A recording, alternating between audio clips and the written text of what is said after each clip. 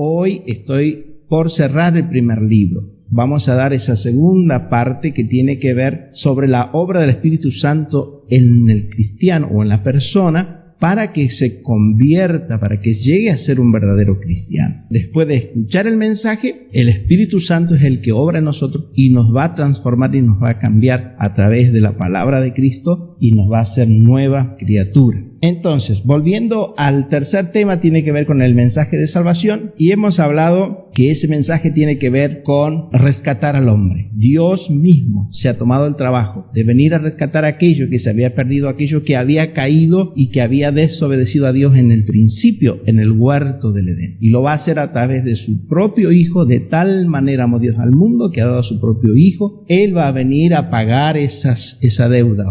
El castigo por la desobediencia es la muerte, pero Cristo vino a morir y a tomar ese lugar por nuestras vidas. Por lo tanto, tú y yo hoy, con solo creer en Cristo, somos salvos de la muerte espiritual, o sea, de la separación de Dios en forma definitiva y por la eternidad. Gracias a Cristo. ¿Cómo alcanzo la salvación? Es confesando con nuestra boca y creyendo con el corazón que Jesucristo es el Señor y que Jesucristo resucitó de los muertos y hoy está sentado a la diestra del Padre intercediendo por nosotros. Para que eso suceda, nosotros necesitamos de alguien, porque Cristo dijo: yo me voy, pero no los dejo solos. El Espíritu Santo vendrá y estará con ustedes. Cristo se fue, pero vino el Espíritu Santo. Y el Espíritu Santo es el que conduce a la iglesia, a los apóstoles y a los primeros cristianos, y Él es el que va a hacer o completar la obra de Cristo. Hoy la iglesia está bajo la dirección del Espíritu Santo y es el que conduce a la iglesia, convence al pecador de sus pecados y los trae a los pies de Cristo. La palabra del Señor nos dice que el Espíritu Santo es el que convencerá. En San Juan capítulo 16, versículo 8, nosotros vamos a encontrar aquí este pasaje muy conocido de las Escrituras. San Juan capítulo 16, versículo 8 dice: cuando Él venga, está hablando del Espíritu Santo. Si tomo el versículo 7, dice: pero yo os digo la verdad, os conviene que yo me vaya, porque si no me fuera, el Consolador no vendría a vosotros, mas si me fuere, os lo enviaré. Y cuando Él venga, convencerá al mundo de pecado, de justicia y de juicio. O sea, la obra del Espíritu Santo en la persona es fundamental. Y cuando el Espíritu Santo empieza a obrar, cuando nosotros escuchamos el Evangelio y cuando creemos, ahí el Espíritu Santo trabaja y nos convence. Por eso en Efesios capítulo 1, versículo 13, el apóstol Pablo va a decir: en Él también vosotros, habiendo oído la palabra de verdad, el Evangelio de vuestra salvación, y habiendo creído en Él, fuisteis sellados con el Espíritu Santo de la promesa. Acá sucede tres cosas. Primero, oír la palabra de verdad, o sea, escuchar el mensaje de salvación del Evangelio. Creer, habiendo creído en Él, dice creer, y dice ahí el Espíritu Santo es el que va a sellar nuestras vidas. Él va a poner sus sellos, que es las arras de nuestra herencia hasta la redención de la posesión adquirida para alabanza de su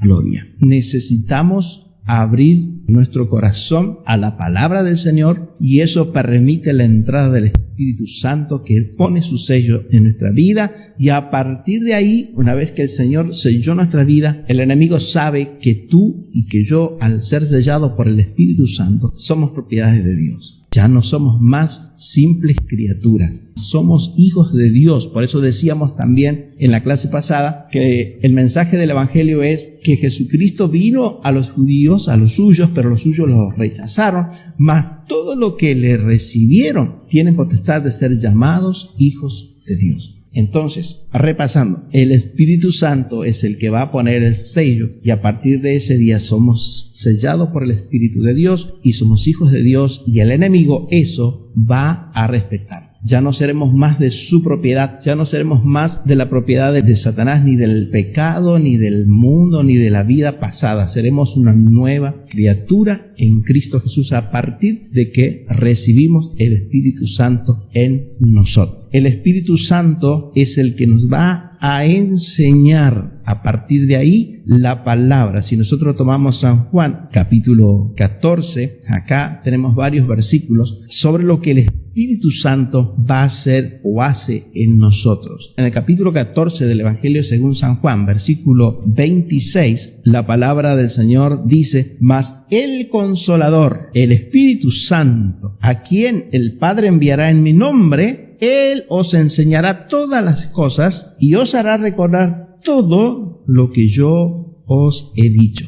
Acá vemos algo muy importante que sucede a partir de que nosotros creemos, aceptamos el mensaje y recibimos a Cristo en nuestro corazón. El Espíritu Santo entra y va a empezar a tener una relación personal con nosotros. ¿Quién nos lleva a Dios? ¿Quién nos conecta con Dios? ¿Quién nos conecta con Cristo? Es el Espíritu Santo de Dios. Por lo tanto, nosotros tenemos que aprender mucho sobre el Espíritu Santo para poder vivir bajo la dirección de Dios y bajo la dirección de Cristo mediante el Espíritu Santo. No podemos ignorar la presencia y la importancia del Espíritu Santo en la vida del creyente, del cristiano. Entonces, esto es muy importante. Acá hay dos cosas. Él nos enseñará y también Él nos hará recordar todas las cosas. Toda la palabra de Cristo es importante. Por eso hablábamos de orar, que es hablar con Dios, tener una relación con Dios a través del Espíritu Santo. Leer la palabra de Dios es escuchar la voz de Dios a través de la palabra y el Espíritu Santo que nos habla. Entonces hay una comunicación, hay una convivencia del creyente con Dios a través del Espíritu Santo que está en todo lugar. Él es el que nos guía, dice en San Juan capítulo 16, versículo 13, pero cuando venga el Espíritu de verdad, Él os guiará a toda verdad, porque no hablará por su propia cuenta, sino que hablará todo lo que oyere y os hará saber las cosas que habrán de venir. Él nos guiará a toda verdad. Así que si nosotros le abrimos el corazón al Espíritu Santo de Dios, no estaremos en camino equivocado, porque Él nos va a guiar hacia la verdad. Y esa verdad es Cristo, porque Cristo mismo dijo: yo soy la verdad, yo soy el camino, yo soy la vida. Y el Espíritu Santo siempre nos va a llevar a Jesucristo. Él nos hará recordar todo y Él nos guiará a toda verdad, porque lo que Él habla, todo lo que el Espíritu Santo nos va a decir, como lo decía el mismo Jesús, yo no hablo por mi propia cuenta, sino es la Santísima Trinidad obrando en un solo pensar y en un solo sentir. El Espíritu Santo es el que me glorificará, porque tomará de lo mío y os lo hará saber. Todo lo que tiene el Padre es mío, por eso dije que tomará de lo mío y os lo hará saber. O sea, el Espíritu Santo glorificará también al Padre como Cristo mismo lo hacía. El Espíritu Santo en San Juan capítulo 15 verso 26 da testimonio. Si nosotros tomamos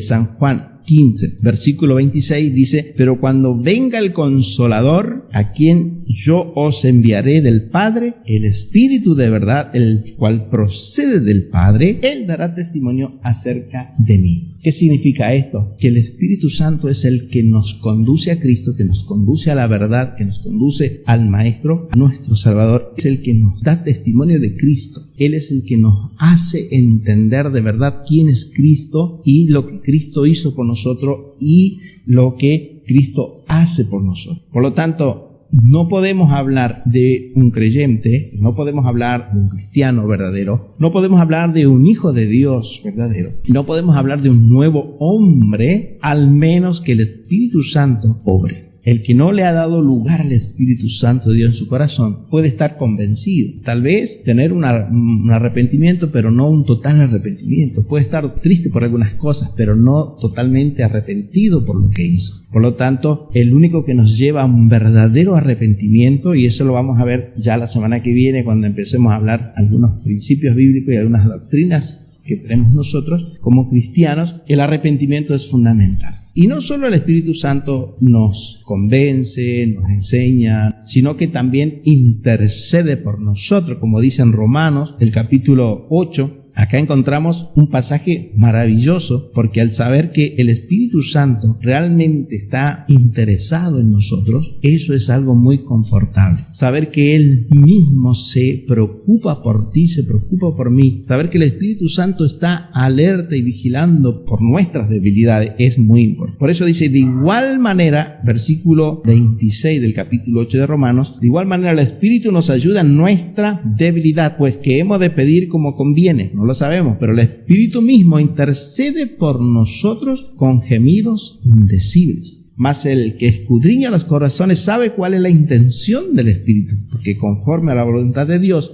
intercede por los santos. Mire, el Espíritu Santo sabe nuestras debilidades y ahí Él se preocupa, ahí Él trabaja, ahí Él nos guía, ahí Él nos ilumina para que nosotros podamos pedir lo que realmente necesitamos. Y Él va a interceder ante el Padre por nosotros. Él conoce las intenciones del corazón. Él nos va a llevar siempre a hacer la voluntad de Dios. Dice, conforme a la voluntad de Dios intercede por los santos. El Espíritu Santo siempre va a interceder a favor del cristiano, pero para hacer la voluntad de Dios. Obviamente nunca para ir en contra de la voluntad del Padre. Por eso es muy importante que comiences a relacionarte estrechamente con el Espíritu de Dios. Ahora, como decíamos, el Espíritu no es simplemente espíritu, que no se lo ve, que no se lo toca porque es espíritu, sino que es una persona. Por eso el Señor va a decir, yo os enviaré otro consolador. O sea, es otra persona que estará con nosotros, que es parte de la divinidad de Dios. Ahora, al ser persona, nosotros podemos entristecer, podemos apagar, mentir, blasfemar, resistir al Espíritu Santo, que son algunas de las cosas que vamos a ver que debemos tener cuidado y tratar de no caer en ese problema. Por ejemplo, Efesios capítulo 4, versículo 30, nos va a advertir el apóstol y allí nos va a decir, no contristéis al Espíritu Santo de Dios. O sea, eso es una advertencia. No contristéis al Espíritu Santo de Dios. No lo hagas sentir mal al Espíritu Santo de Dios, con el cual fuiste sellados para el día de la redención. Por eso dice, quítese de vosotros toda amargura, enojo, gritería, maledicencia y toda malicia. Eso puede hacer que el Espíritu Santo se contriste. El Espíritu Santo está dentro nuestro. Pero si nosotros caemos en este tema, estar sumergido en una amargura, en una tristeza, enojado, airado, siempre gritando, maldiciendo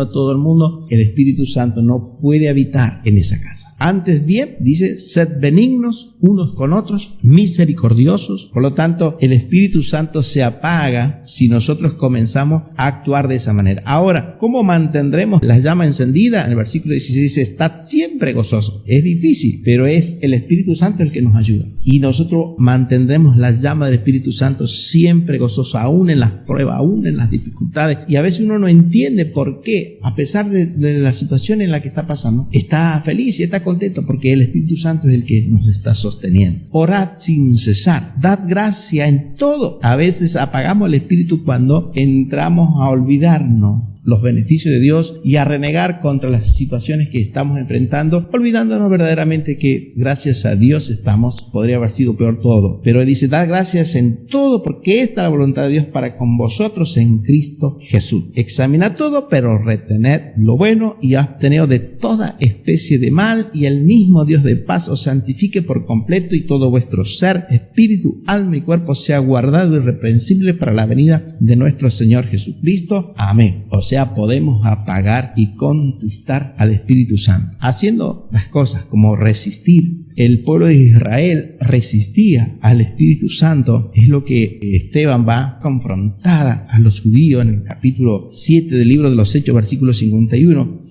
Va a decir, duros de cerviz e incircuncisos de corazón y de oído, vosotros siempre resistís al Espíritu Santo, como vuestros padres, así también vosotros. Una de las características de Israel era resistir al Espíritu Santo. Podemos resistir, y es feo. Si hay alguien que sabe todas las cosas, es el Espíritu Santo. Si hay alguien que sabe todo, es Dios. entonces mentirle a Dios es de ingenuos. Por lo tanto, tenemos que decirle siempre la verdad. Capítulo 5 de Hechos, versículo 3 dice: y Pedro dijo: Ananías, ¿por qué llenó Satanás tu corazón para que mintieses al Espíritu Santo? ¿Por qué llenó Satanás tu corazón para que mintieses al Espíritu Santo? Eso es lo que Satanás quiere, y a veces logra que mintamos, cometemos errores, cometemos pecados y ante Dios no los confesamos, y el diablo dice: está todo bien, no pasa nada, nadie se enteró, el pastor no te vio, los líderes no te vieron. ¿Quién te va a decir algo? Sin embargo, el Espíritu Santo sí nos está viendo. Por lo tanto, no podemos mentirle al Espíritu Santo. Y lo peor de todo está en Mateo capítulo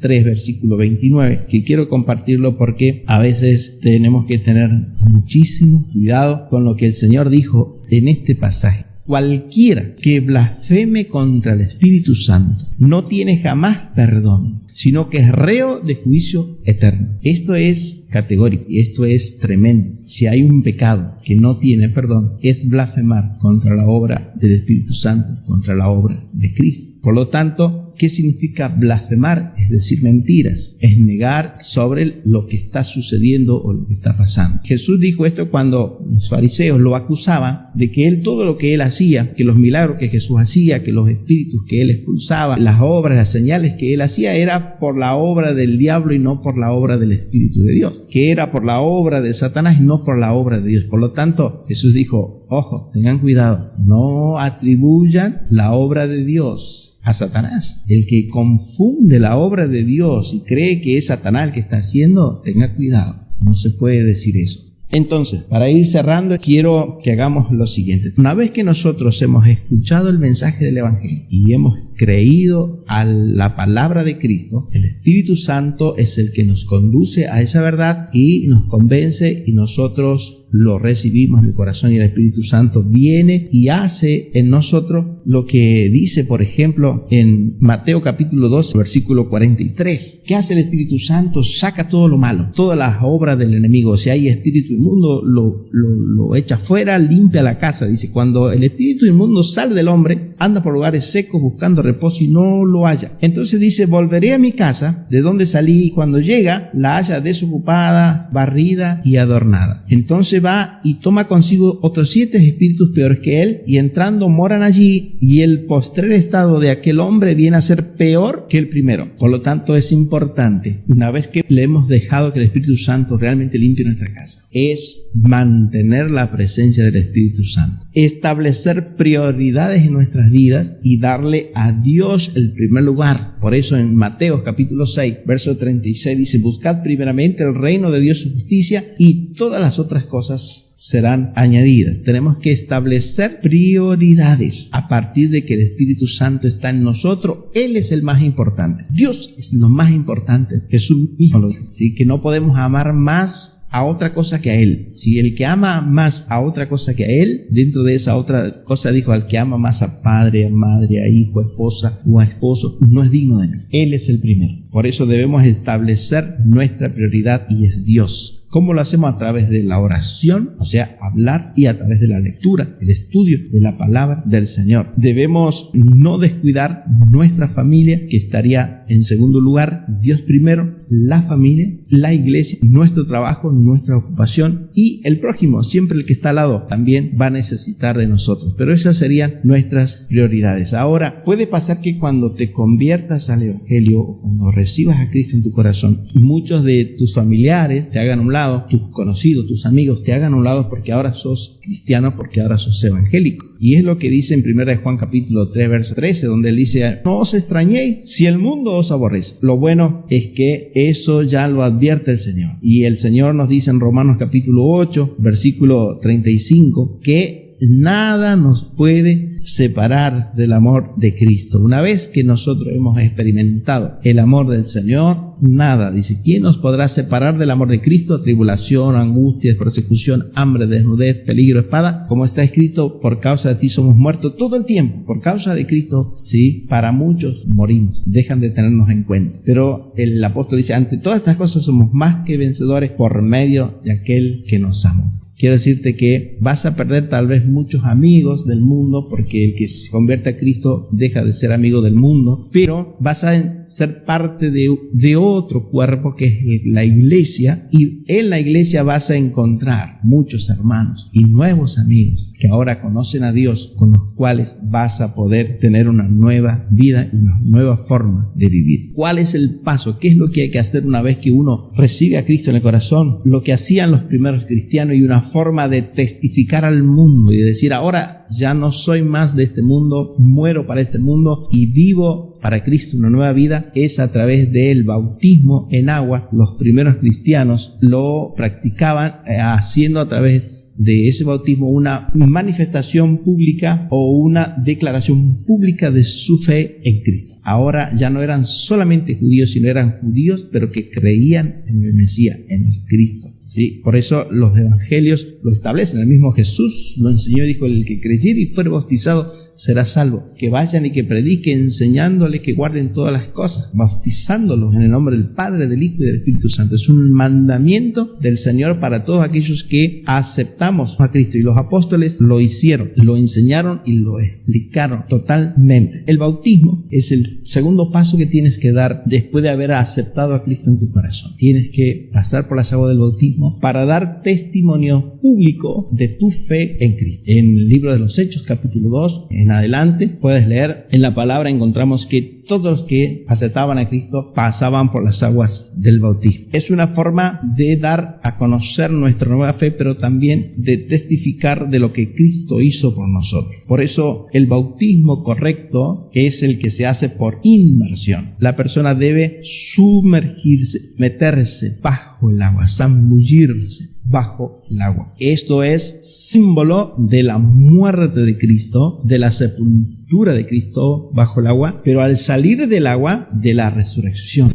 de que resucitamos, de que nos levantamos y vivimos para una nueva vida en Cristo Jesús. Quiero aclarar que el bautismo no salva. No es que una vez que nos bautizamos ya somos salvos. No nos bautizamos para ser salvos, sino para confesar que somos salvos. Solo Cristo puede salvarnos. Representa lo que Jesús vivió en la realidad: muerte, sepultura y resurrección. El bautismo siempre, obviamente, lo hace el pastor. El bautismo es el lugar donde muere para nosotros el reino de las tinieblas. Damos por muerto al hombre bajo el régimen de las tinieblas, de la oscuridad y del pecado de este mundo. Y al salir del agua, ingresamos al reino de la luz, a la luz de Cristo. Entonces, de esta manera, damos por concluido el primer libro. Y si tú eres aquel que por primera vez estás escuchando este mensaje, tienes que empezar a hablar con Dios, a leer la Escritura, a recibir el Espíritu Santo y tomar la decisión de bautizarte en el nombre de Jesús, y vas a pasar del reino de la tiniebla al reino de la luz. Dejar de ser un ser humano más caído bajo la naturaleza pecaminosa de Adán para ser una nueva criatura en Cristo Jesús. Ese es mi deseo y ese es mi anhelo, que llegues a ser un verdadero hijo de Dios, miembro del cuerpo de Cristo, a través de tu fe, de tu obediencia, a través del bautismo en agua. Que Dios te bendiga y Dios te ayude.